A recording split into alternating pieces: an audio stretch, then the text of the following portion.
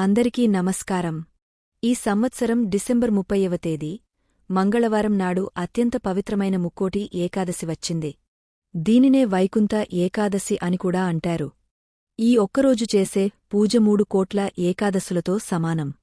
అయితే ఈ రోజున మనం తెలియక చేసే కొన్ని తప్పులు మనల్ని కటిక పేదరికంలోకి నెట్టే అవకాశముంది. ఈ వీడియోలో ముక్కోటి ఏకాదశి నాడు ఏం చేయాలి, ఏ తప్పులు చేయకూడదు అనే విషయాలను వివరంగా తెలుసుకుందాం. వీడియోను చివరి వరకు చూడండి. వైకుంఠ ఏకాదశి నాడు వైకుంఠంలో ఉత్తరద్వారాలు తెరుచుకుంటాయి.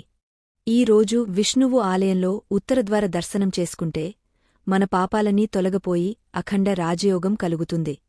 ముక్కోటి దేవతలంతా ఈ రోజున భూమిపైకి వచ్చి భక్తులను ఆశీర్వదిస్తారని పురాణాలు చెబుతున్నాయి. ముందుగా ఉదయాన్నే నిద్రలేచి తలస్నానం చేయాలి. నీటిలో కొద్దిగా పసుపు వేసుకుని స్నానం చేయడం వల్ల జాతక దోషాలు తొలగుతాయి. ఈరోజు విష్ణువుకు ప్రీతికరమైన పసుపు రంగు వస్త్రాలు ధరించడం చాలా శుభకరం. ముఖ్యంగా ఇంటి గడపకు పసుపు రాసి కుంకుమ బొట్లు పెట్టాలి. ఇంటి ముందు చాక్పీస్తో కాకుండా బియ్యపు పిండితో మాత్రమే ముగ్గు వేయాలి. ఇలా చేస్తేనే లక్ష్మీదేవి ఇంట్లోకి అడుగుపెడుతుంది. ముక్కోటి ఏకాదశి నాడు ఉపవాసం చేసేవారు నెక్స్టే ద్వాదశి రోజు ఉదయం పూజ చేసి ఉపవాసం విరమించాలి. ఉపవాసం చేసేవారు రాత్రి జాగరణ చేస్తే ఇంకా మంచి ఫలితాలు పొందుతారు. ఈ ముక్కోటి ఏకాదశి నాడు భక్తితో ఉపవాసముండి విష్ణుమూర్తిని పూజిస్తే 24 ఏకాదశులు ఉపవాసం ఉన్నంత పుణ్యం వస్తుందట. అంతేకాకుండా శివుడు హాలాహలం స్వీకరించిన రోజు, శ్రీకృష్ణుడు గీతోపదేశం చేసిన రోజుకూడా కావడం విశేషం. అన్నం తినకూడదు. ఈరోజు ఉపవాసముండటం చాలా ముఖ్యం. ముర అనే రాక్షసుడు బియ్యంలో నివసిస్తాడని నమ్మకం. అందుకే అన్నం తింటే పాపాలు మన శరీరంలోకి చేరుతాయి. తులసి ఆకులు తెంపకూడదు. ఏకాదశి నాడు తులసి దళాలు తెంపడం మహాపాపం. పూజకు కావాల్సిన ఆకులను ముందు రోజే కోసి పెట్టుకోండి. నిద్ర పగటిపూట అస్సలు నిద్రపోకూడదు.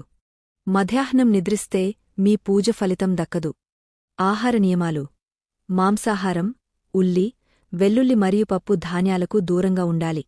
తులసి కోట ముందు దీపాలు, విష్ణు సహస్రనామ పుస్తకం. అప్పుల బాధతో ఇబ్బంది పడేవారు తులసి కోటకు పచ్చిపాలు పోసి ప్రదక్షిణలు చేయండి. సాయంత్రం 6 గంటల తర్వాత తులసి కోట ముందు 11 దీపాలు వెలిగిస్తే లక్ష్మీదేవి అనుగ్రహం కలుగుతుంది. వివాహ ప్రయత్నాలు చేసేవారు 11 పసుపు కొమ్ములను పసుపు దారంతో కట్టి విష్ణుమూర్తికి సమర్పించండి. ఈ రోజున విష్ణు సహస్రనామం లేదా ఓం నమో భగవతే వాసుదేవాయ మంత్రాన్ని 108 సార్లు జపించండి.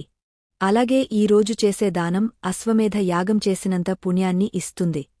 కాబట్టి శక్తి కొలది పేదలకు దానం చేయండి. ముక్కోటి ఏకాదశి సందర్భంగా తిరుమలలో డిసెంబర్ 30 నుండి జనవరి 8 వరకు ఉత్తరద్వార దర్శనం చేసుకునే అవకాశం టీటీడీ వాళ్లు కల్పించారు. చూశారు కదా.